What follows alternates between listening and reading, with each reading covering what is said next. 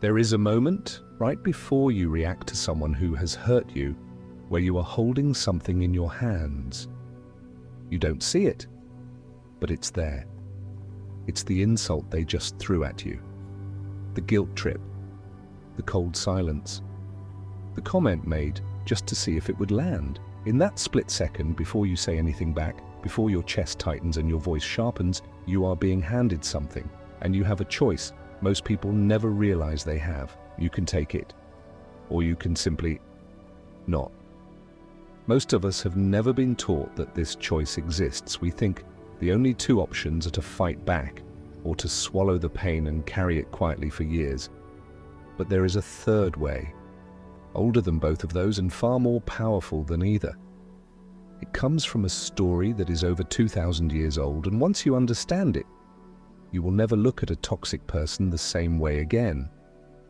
Not because you'll have a clever comeback, not because you'll finally win the argument, but because you will understand for the first time that you were never actually required to accept what they were handing you.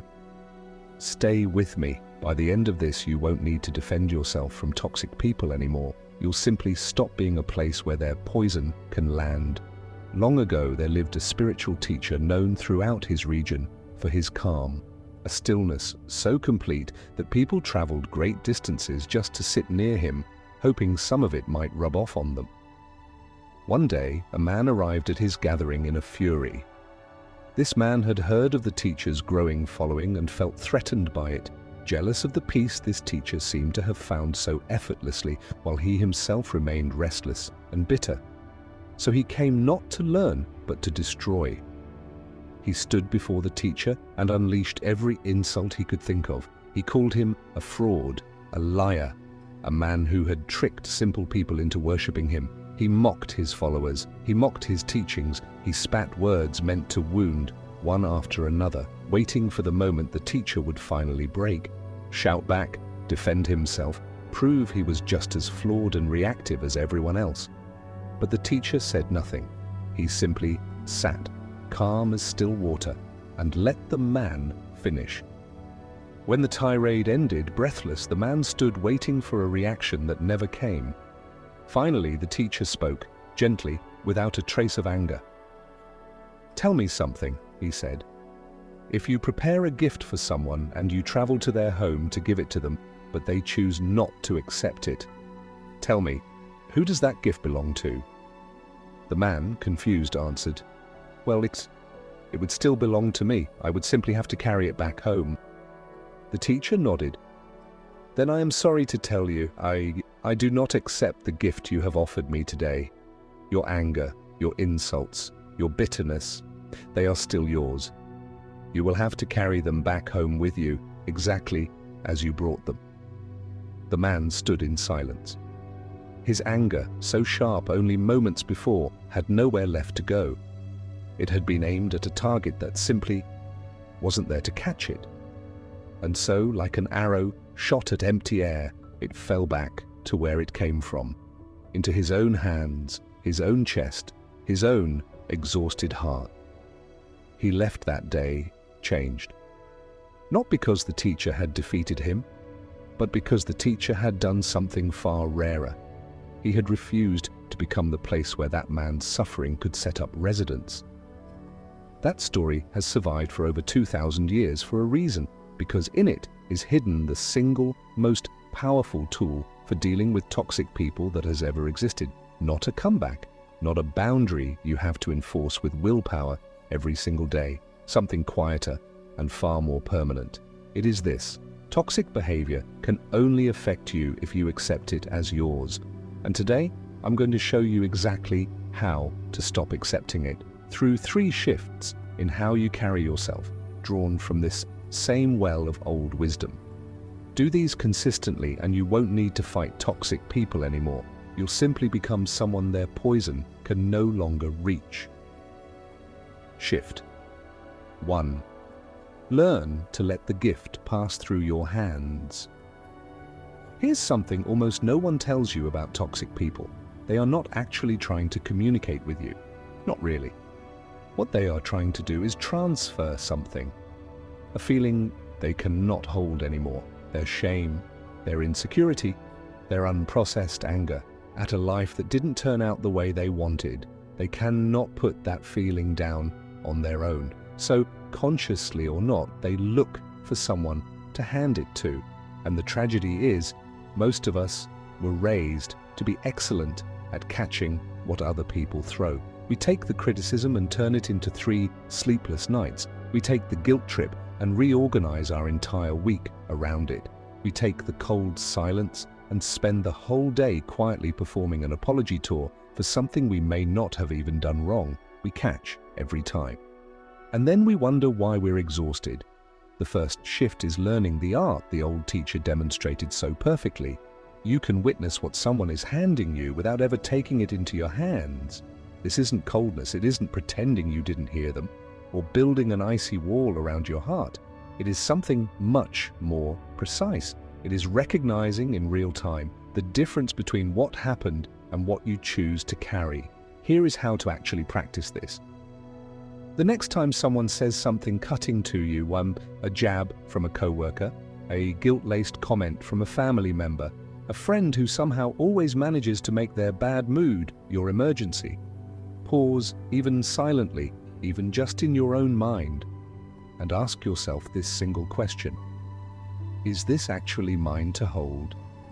Say it to yourself, slowly, the way you'd examine an object someone just handed you before deciding whether to keep it. This anger they're offering me, is it mine? This guilt they're trying to place on my shoulders? Did I actually do something wrong, or am I simply the nearest person for them to unload onto? This bitterness in their words, does it describe me, or does it describe the pain they're currently unable to sit with themselves? Most of the time, when you actually ask this question honestly, the answer becomes clear almost instantly. It was never yours, it was theirs the whole time.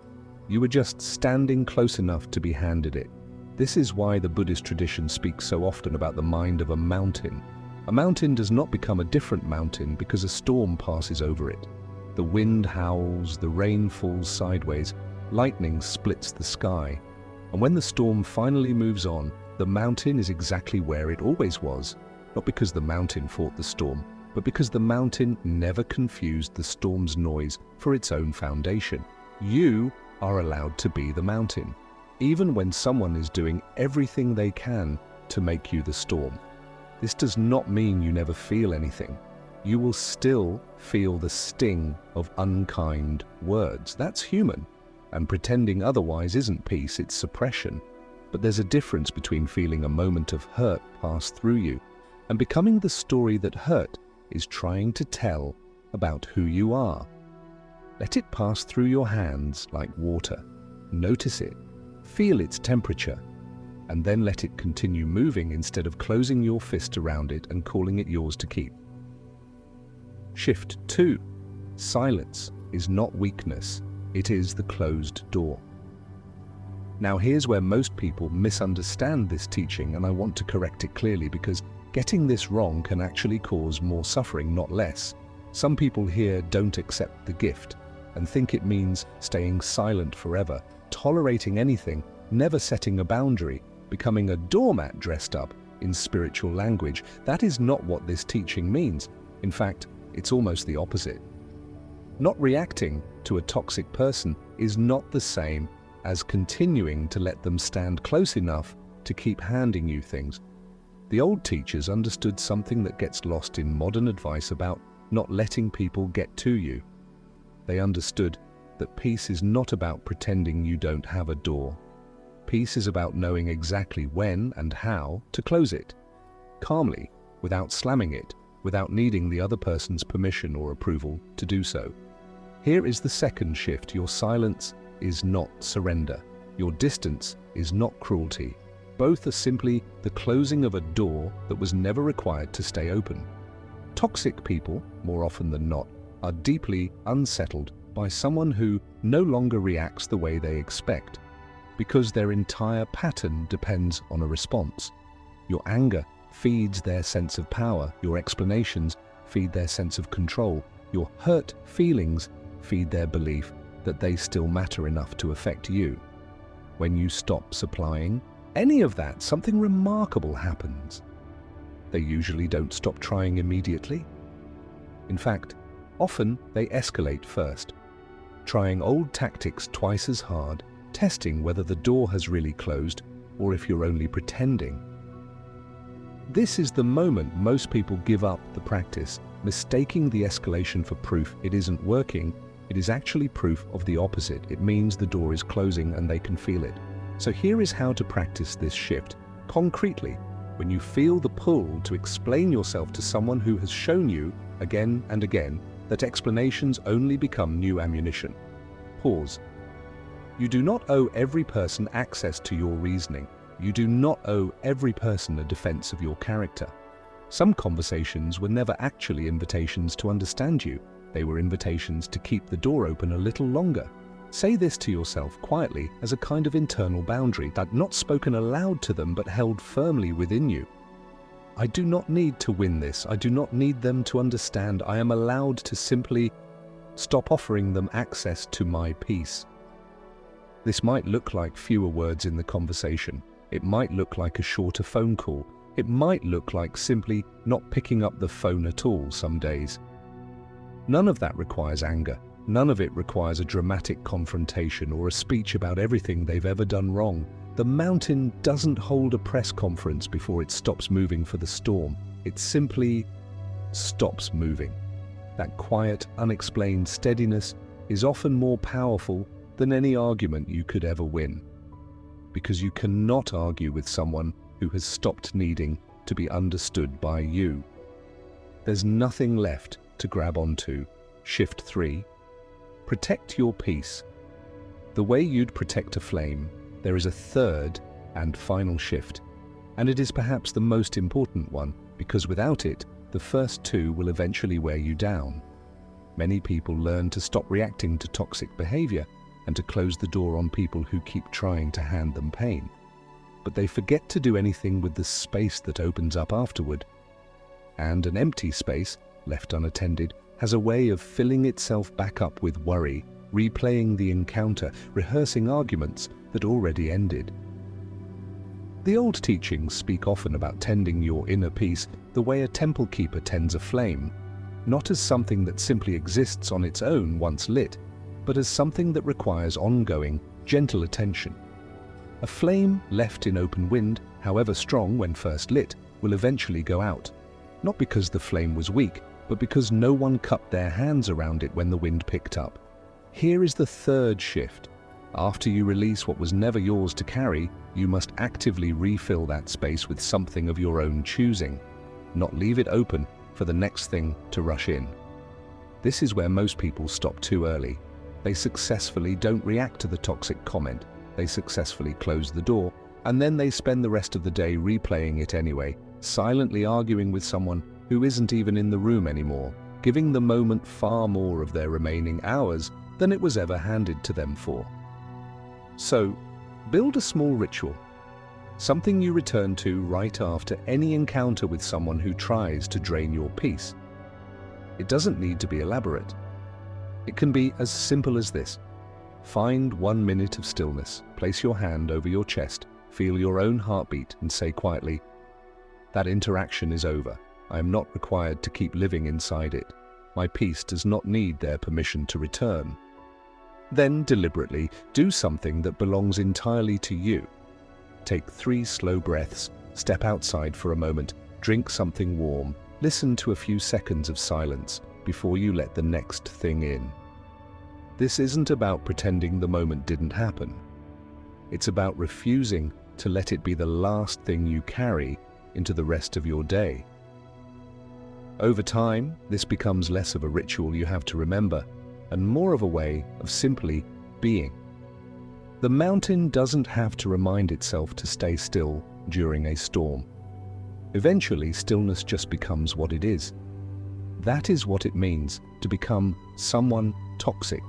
People cannot bother anymore, not because you have built higher walls or grown a thicker skin or learned better comebacks, but because you have quietly stopped being a place where their storms can settle and started being a place steady, warm, unwavering, that they simply pass over, like weather passing over a mountain that was never asking for their approval in the first place. So here is what I'm asking you to remember and to actually practice, not just admire as a nice idea.